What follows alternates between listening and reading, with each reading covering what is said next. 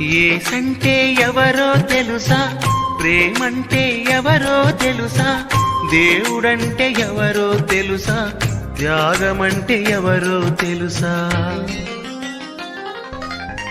తెలుసుకో తెలుసుకో నేస్తమా.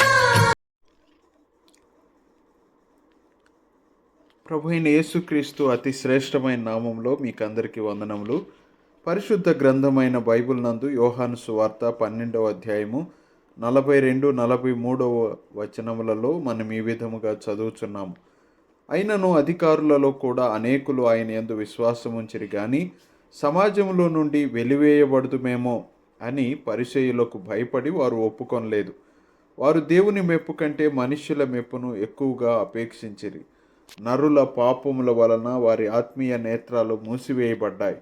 దానివలన వారు తమ భౌతిక లోక సంబంధమైన అవసరాలకు సంబంధాలకు ఎక్కువ ప్రాధాన్యతనిస్తారు. ఆత్మ సంబంధమైన మాటలు శారీరక లోక భౌతిక సంబంధమైన విషయాలతో పోల్చితే విపరీతమైనవిగా అగుపిస్తాయి. అందుకనే మనుషులు వాటిపైన అంత దృష్టి పెట్టరు. దీనివలన కలిగిన ఫలితం ఏమిటంటే మన పాపముల వలన దేవుని ఉగ్రత మన మీదకు వచ్చినది. దేవుని ఉగ్రత నుండి నరక శిక్ష నుండి కాపాడుటకే ప్రభువైన యేసు ఈ లోకంలో దేహధారి అయి మనుష్యుల పాప భారమును సిలువలో భరించి బలి అయి వారికి రక్షణ మార్గమును సిద్ధపరిచాడు. ఎవరైతే ప్రభువైన యేసునందు విశ్వాసం ఉంచుతారో, ఆయనను తమ రక్షకునిగా అంగీకరించుతారో వారు రక్షింపబడతారు. వారి ఆత్మీయ నేత్రాలు తెరవబడతాయి.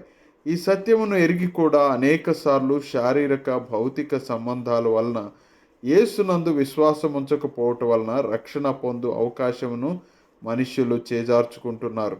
మనుష్యుల మెప్పును ప్రశంసను దేవుని యొక్క ప్రశంస మెప్పు కంటే ఎక్కువగా ఎంచి అనేక మంది ఆయనకు దూరమైపోతారు.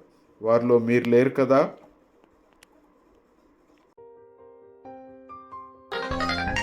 తెలుసుకో